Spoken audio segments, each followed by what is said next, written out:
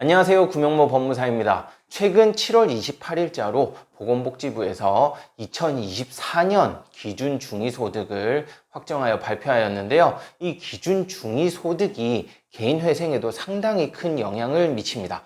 이번 시간에는 기준 중위소득의 의미를 알아보고 기준 중위소득이 오름에 따라서 내년 개인회생에 어떤 영향이 있는지 함께 설명드리겠습니다. 기준 중위소득이라는 건 보건복지부 장관이 급여의 기준 등에 사용하기 위해서 중앙생활보장위원회의 심의와 의결을 거쳐 고시하는 국민가구소득의 중위값을 의미합니다. 말이 어려운데요. 간단하게 설명하면 우리나라에 있는 각 가구를 소득에 따라서 쭉 줄을 세워놓고 그 중에서 딱 중간에 있는 소득을 말하는 거예요. 이 기준 중위소득이 보건복지부의 발표에 따르면 24년도에 이르러서 상당히 많이 인상이 되거든요. 기사에 따르면 평균 약 6.09%가 상향이 된다고 합니다. 우선 이 기준 중위소득이 2024년도에 얼마나 상향이 되는지 표를 보면서 설명을 드릴게요. 표를 보면 1인부터 6인까지 기재가 되어 있는데요. 각 가구별로 기준 중위소득을 나누어서 설명하고 있습니다. 23년부터 보면 1인 가구의 경우 기준 중위소득이 207만 원이고요.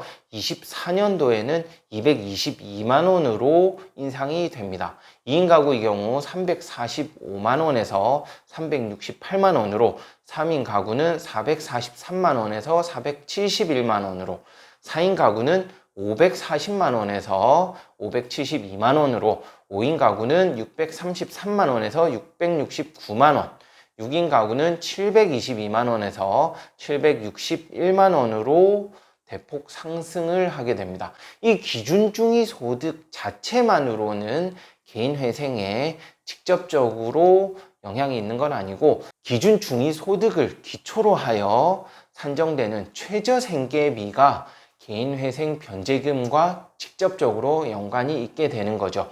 개인회생 변제금은 본인의 소득에서 최저생계비를 빼고 남은 금액으로 정해지기 때문입니다.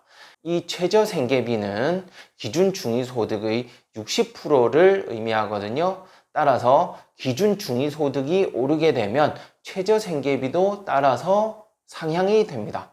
이에 따라 최저생계비가 상향이 되니까 본인의 소득이 23년과 24년 동일한 상태에서 개인회생을 한다 했을 때 이 최저생계비 상향되는 금액만큼 개인회생 변제금은 반대로 줄어드는 효과가 발생하는 거죠. 1인 가구를 예를 들어서 설명을 드릴게요. 2023년 기준 중위소득은 1인 가구의 경우 207만 원입니다. 207만 원의 60%인 124만 원이 최저생계비가 되는데요. 이에 따라서 본인의 급여가 약 200만 원이라면 200만 원에서 최저생계비 124만 원을 뺀 76만 원이 매월 법원에 납부해야 되는 변제금이 됩니다. 그렇지만 2024년을 기준으로 계산을 해보면 급여가 동일하다고 가정했을 때 약 기준 중위소득이 222만 원 정도 되잖아요. 여기서 60%를 계산하면 약 133만 원이 됩니다.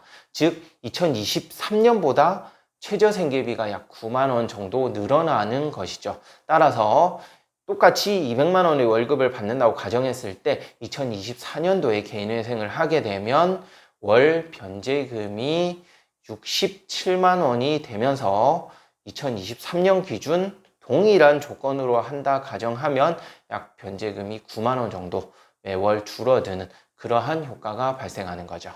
이러한 최저생계비는 2인 가구, 3인 가구 늘어날 때마다 조금씩 편차가 있거든요. 따라서 동일하게 적용되지는 않는데요. 이렇게 기준 중위소득이 전체적으로 약 6% 정도 인상이 되면서 개인회생 변제금도 줄어드는 효과가 발생한다라고 알고 계시면 될 것 같습니다.